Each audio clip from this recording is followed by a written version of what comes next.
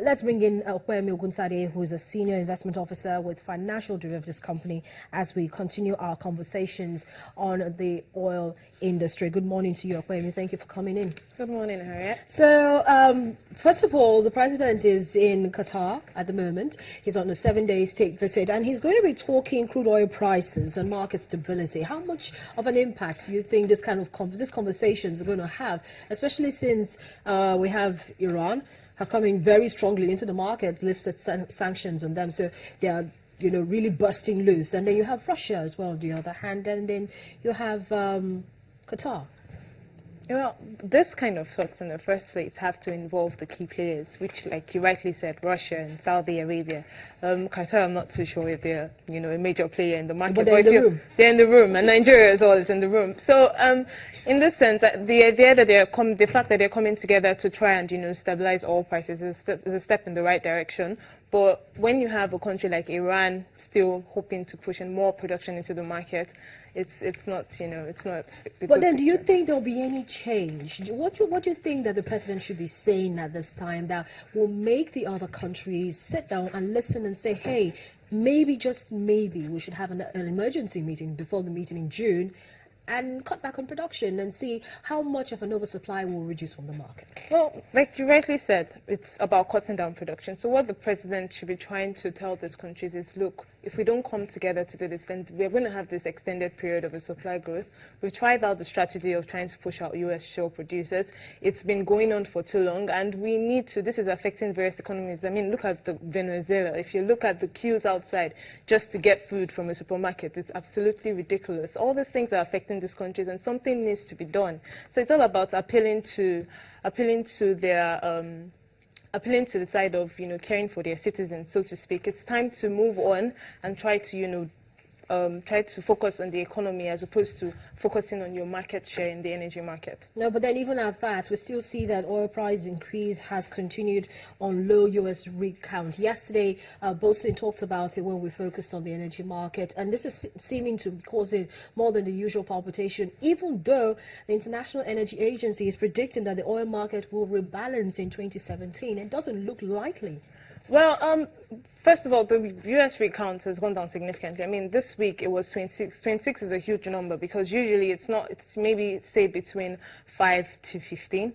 But you're having it at 26 this week. So that's a huge, significant decline in just 1 week to 413. And initially, U.S. rig count to about a year ago, 2 years ago, it was about 1,113. And now we're having it at 413. So this is obviously a huge development in the U.S. market. And then with IEA saying they expect, the energy market to rebalance in 2017, if you're looking at what's happening in the U.S. right now, it's not so far-fetched. Looking at what is happening to rig counts. Although when you look at the crude stockpiles, they're still pretty high, over 500 million barrels. So in terms of rebalancing in 2016, maybe not so much, but 2017, we should be seeing some, and with what Russia and Saudi Arabia are trying to do, trying to freeze production, although they are freezing it at record high, but at the same time, it's a step in the right direction. But then you're also saying that it's not synonymous with a supply cut. Yes, the fact that you're freezing production doesn't mean we're going to see a supply cut. Exactly, because, I mean, Russia, they're saying they're freezing it at their production levels in January, and Russia produced about 10.88 million barrels per day in January, which is significantly high. That's the highest they've seen since the post-Soviet Union era. So basically what they're saying is they're freezing production, but they're freezing it at record high levels. They're not bringing it down. Do you understand? So they have to bring it down. Freezing it at high levels isn't going to do anything because the supply growth is still there. You still have 2 million excess supply against demand. So what you need to do is try and bring down supply back to demand levels as opposed to saying you're freezing production. Okay, so we're seeing oil, Brent crude trading at $34.18 as at now, and WTI is trending at $32.84 per barrel. I think most of us have actually kind of moved away from any further heartbreaks, because we're looking at oil prices still trending at levels has never been seen before, and we're hoping, is there anything that could change the dynamics of the market, either from the big players or the non-players of the market at all?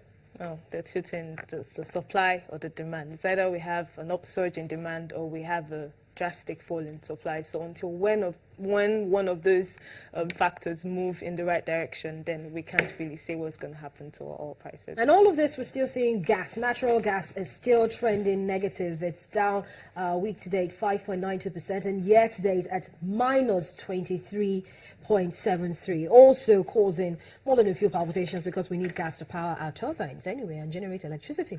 Yes, natural gas prices are moving in that direction because of we've had huge production levels coming from the US, as well as the fact that if we're looking at weather patterns, usually what we have is we have an increase in demand for gas during cold seasons to power off, electricity and as well as heating. But when you're moving away from that cold season towards, spring, you have some certain level of decline in demand, and this is also contributing to the fact so that's that on a global level. On a global level. On a domestic level, power generation has also dropped by another almost 1,000 megawatts. They're not unconnected to the fact that we don't have gas to power, or the distribution companies and the Gencos are complaining that they don't have enough, they don't have as much money to buy gas, and so we're not getting as regular electricity as we would like. Yes, that's what's happening in the power sector. Obviously, the fact that the Gencos don't have access to, they find it too expensive to purchase natural gas. But another thing to look at is, natural gas is priced in the dollar. And you know what's happening with the foreign exchange. But that aside, Nigeria in itself actually has gas reserves. But the thing about Nigeria's gas reserves is the transmission. That's moving it from the point of origin to the point where it would be used. We've had a lot of pipeline disruptions, and this is affecting the ability of those Gencos and Discos to make use of natural gas to produce electricity. Always a pleasure to have you on the program. Thank you for coming in and giving us your perspectives, and of course giving us the regular data that we use to talk about on this particular segment, Commodities Market Update. Thank you. Thank you.